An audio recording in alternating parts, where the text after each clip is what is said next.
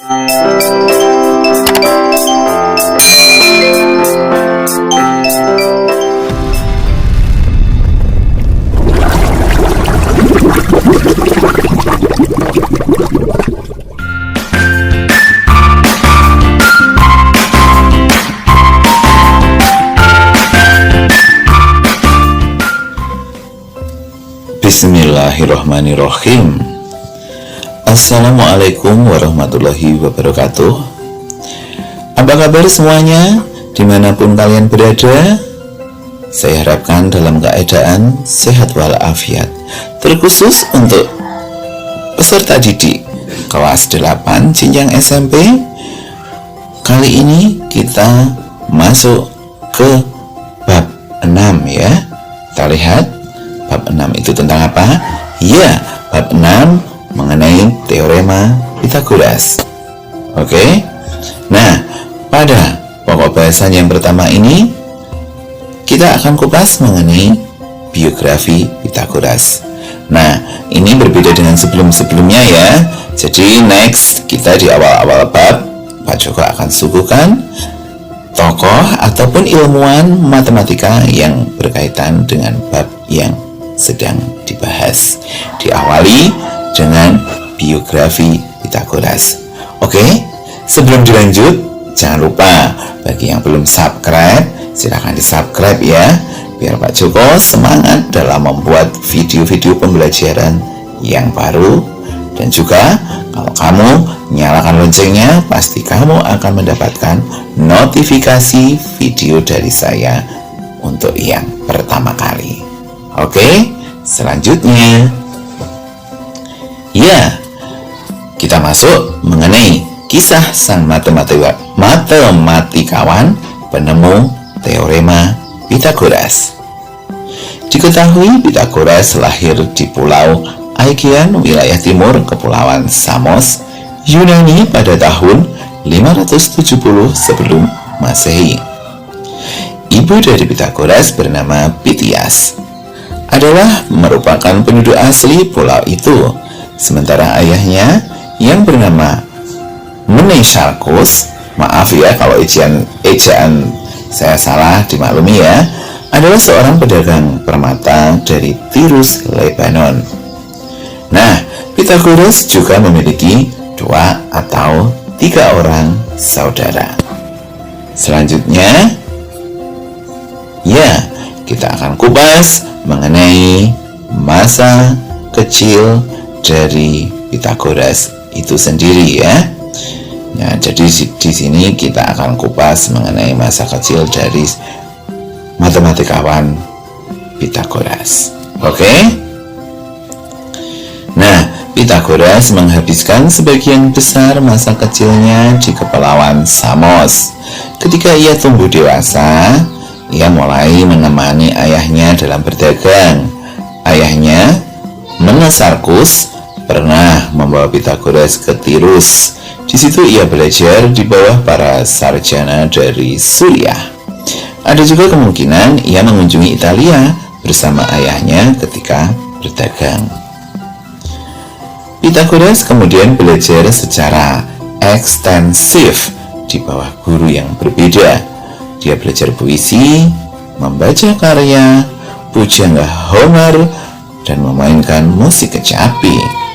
Selain belajar dari para sarjana di Suriah, dia juga belajar di bawah bimbingan para sarjana di Chaldea. Pherecydes of Cyrus juga merupakan salah satu guru awal Pythagoras di mana dia belajar. Oke, selanjutnya. Oke, sekarang kita ikuti ketika Pythagoras pergi ke Mesir. Kedua teori astronomi dan geometrinya tampaknya telah berkembang secara alami dari teori filsuf yang lebih tua. Pada tahun 535 sebelum Masehi, Pythagoras berangkat ke Mesir untuk belajar atas nasihat dari Thales. Namun, menurut pendapat lain, Pythagoras pergi ke Mesir untuk melarikan diri dari tirani Polikrates, penguasa Samos kala itu. Pythagoras tinggal di Mesir selama hampir 10 tahun. Setelah menyelesaikan ritus atau adat keagamaan yang diperlukan di sana, Pythagoras kemudian masuk ke kuil Diospolis dan diterima menjadi imam di sana. Selanjutnya, ada juga pendapat bahwa selama beberapa tahun Pythagoras belajar di bawah bimbingan pendeta Mesir bernama Oinopis dari Heliopolis. Pada tahun 525 sebelum Masehi, Kaisar Kambises II dari Persia menaklukkan Mesir. Nah, Pythagoras ditangkap dan dibawa sebagai tahanan ke wilayah Babel atau Babilonia.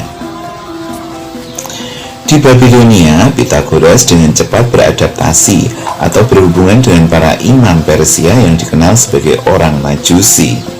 Pythagoras juga mulai belajar matematika dan musik di bawah bimbingan mereka. Selanjutnya, Pythagoras kembali ke Samos. Pada tahun 522 sebelum Masehi, Kambises II dari Persia meninggal dalam keadaan misterius. Dan juga Polikrates, penguasa tirani Samos kala itu juga terbunuh. Peristiwa ini membuat kesempatan bagi Pythagoras untuk kembali ke Samos, dan kemudian ia melakukannya pada tahun 520 sebelum Masehi. Jadi Pythagoras kembali ke Samos pada tahun 520 sebelum Masehi. Selanjutnya, Pythagoras mendirikan sekolah The Semicircle. Sekembalinya ke Samos, Pythagoras membuka sekolah bernama The Semicircle. Namun, metode pengajarannya berbeda dan hal ini menarik bagi beberapa orang. Pada saat yang sama, para pemimpin Samos kala itu ingin Pythagoras terlibat dengan pemerintahan kota. Namun, hal itu tidak menarik hati bagi Pythagoras. Oke, selanjutnya Pythagoras pindah ke Italia. Pada tahun 518 sebelum Masehi, Pythagoras memindahkan sekolahnya ke Kroton di Italia Selatan. Beberapa pendapat mengatakan bahwa dia pergi ke sana untuk belajar ilmu hukum dan tinggal di sana. Di Kroton inilah dia mulai mengajar, dan dengan cepat ia mengumpulkan sekelompok pengikutnya. Selanjutnya, ia mendirikan perkumpulan yang terbuka bagi pria dan wanita. Ini berkembang menjadi sekolah filsafat agama yang religius dan memiliki pengaruh politik yang besar.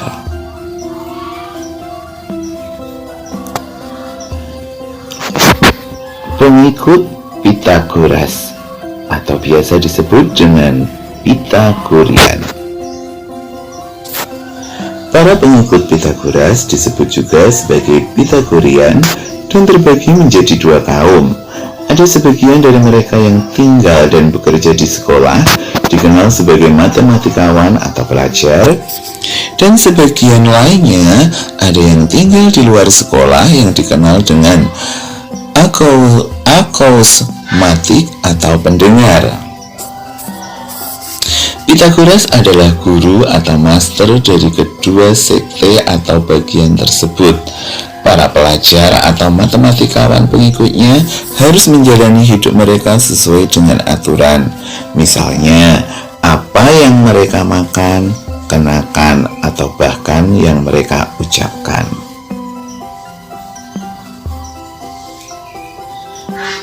Mereka tidak memiliki barang pribadi dan mengikuti gaya hidup vegetarian yang ketat. Sebaliknya, kaum acousmatik diizinkan untuk memiliki properti pribadi dan makan makanan non-vegetarian. Mereka juga menghadiri sekolah hanya pada siang hari. Sekolah milik Pythagoras mempraktekkan kerahasiaan yang ketat, tidak hanya tentang ritual mereka, tetapi juga tentang apa yang diajarkan. Oleh karena itu, meskipun itu membuat kontribusi luar biasa untuk matematika, namun sulit untuk membedakan antara karya-karya Pythagoras dan para pengikutnya.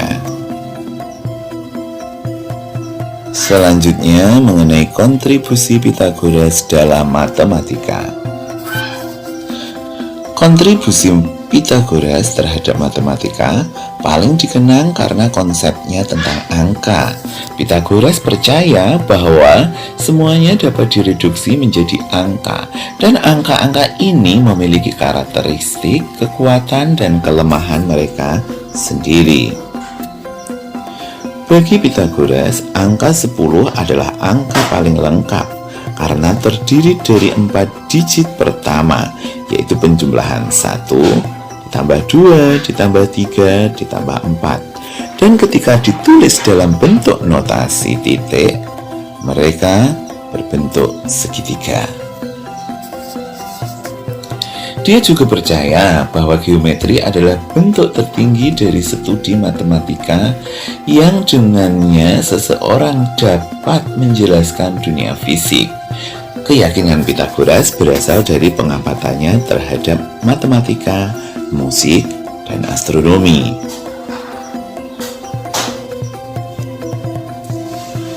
Misalnya, ia memperhatikan bahwa senar yang bergetar menghasilkan nada yang harmonis hanya ketika rasio antara panjang senar adalah bilangan bulat.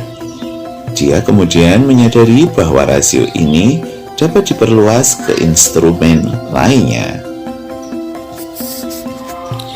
Dia juga mempropagandakan bahwa jiwa itu abadi.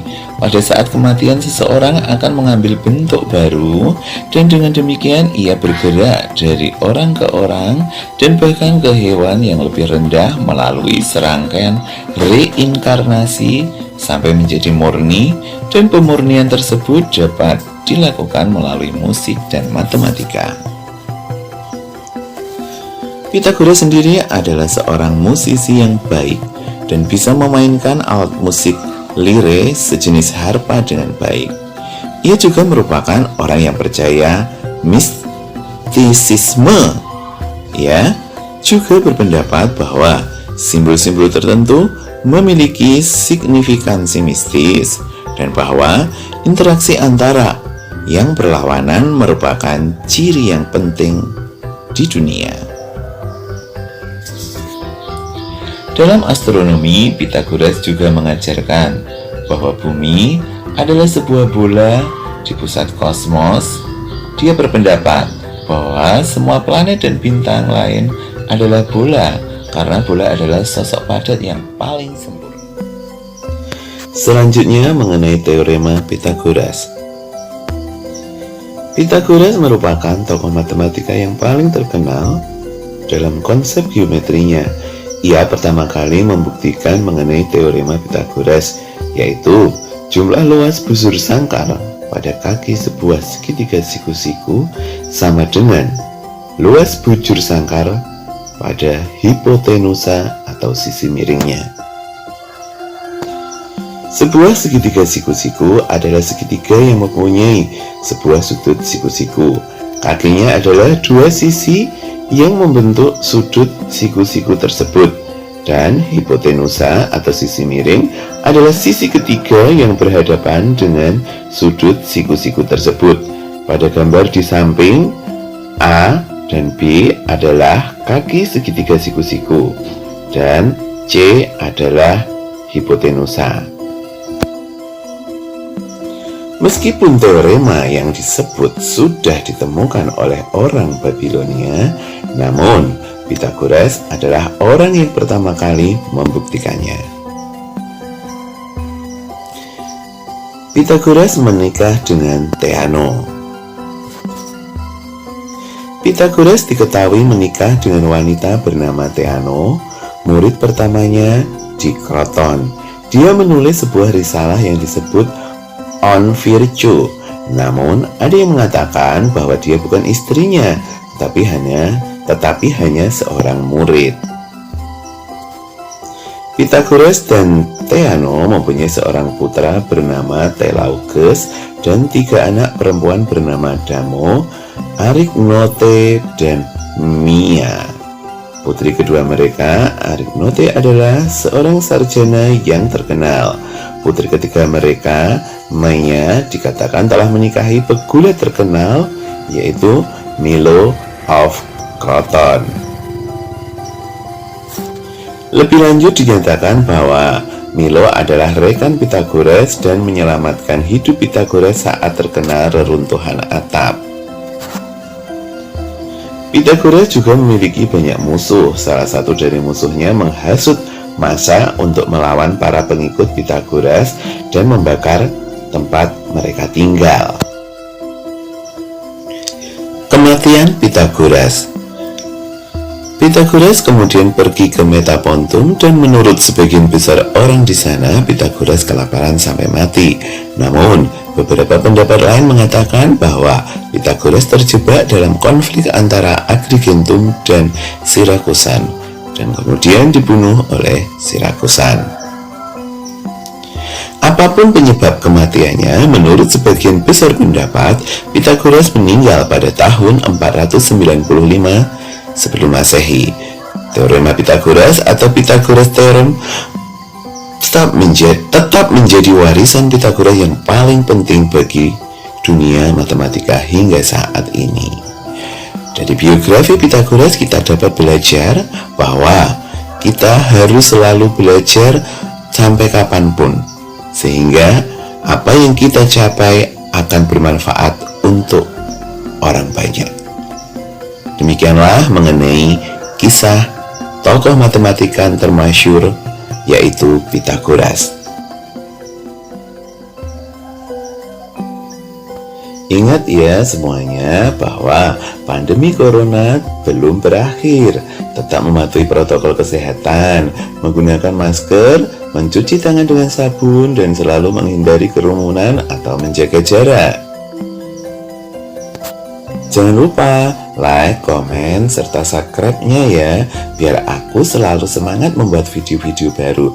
Jangan lupa nyalakan loncengnya juga ya, agar kamu mendapat notifikasi video baru saya yang pertama kali. Sekian dan sampai jumpa kapan-kapan. See you next time. Wassalamualaikum warahmatullahi wabarakatuh.